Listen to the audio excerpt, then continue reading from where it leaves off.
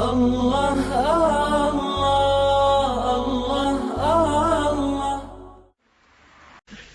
ہم قرآن مجید میں ایک آیت پڑھا کرتے تھے، وَخَسَفْنَا بِهِ وَبِدَارِهِ الْأَرْضِ۔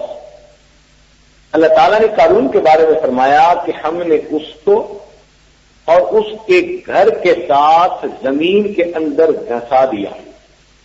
مفسرین نے لکھا کہ قیامت تک وہ اگر دھنستا رہے گا تو بھی زمین سے باہر نہیں نکل سکے گا۔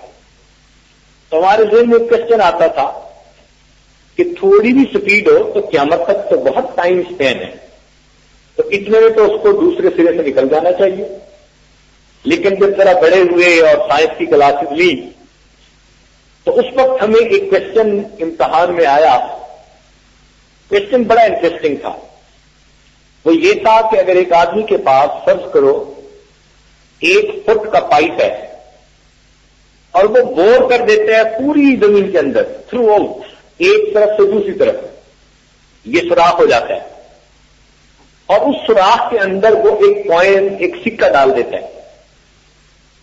تو کوشچن یہ تھا کہ یہ بتاؤ کہ یہ زمین کے دوسرے سرے سے نیچے کب گرے گا۔ اب اسٹوڈنٹس نے کیلکولیشن شروع کر دی، مختلف جوابات دیے، لیکن اکثر اسٹوڈنٹس کے جواب غلط، کیونکہ جواب اس کا یہ تھا کہ یہ سکہ زمین سے نیچے گر ہی نہیں سکتا۔ وہ کیوں بھائی؟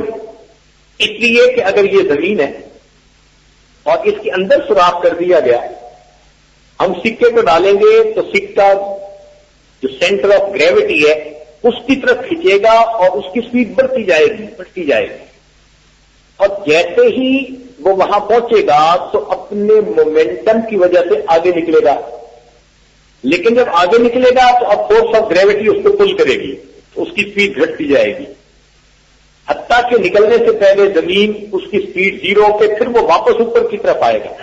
تو ایک پینڈولم کی طرح وہ سکہ ہمیشہ اس سوراخ کے اندر اوپر نیچے آتا جاتا رہے گا، کبھی بھی باہر نہیں نکل سکے گا۔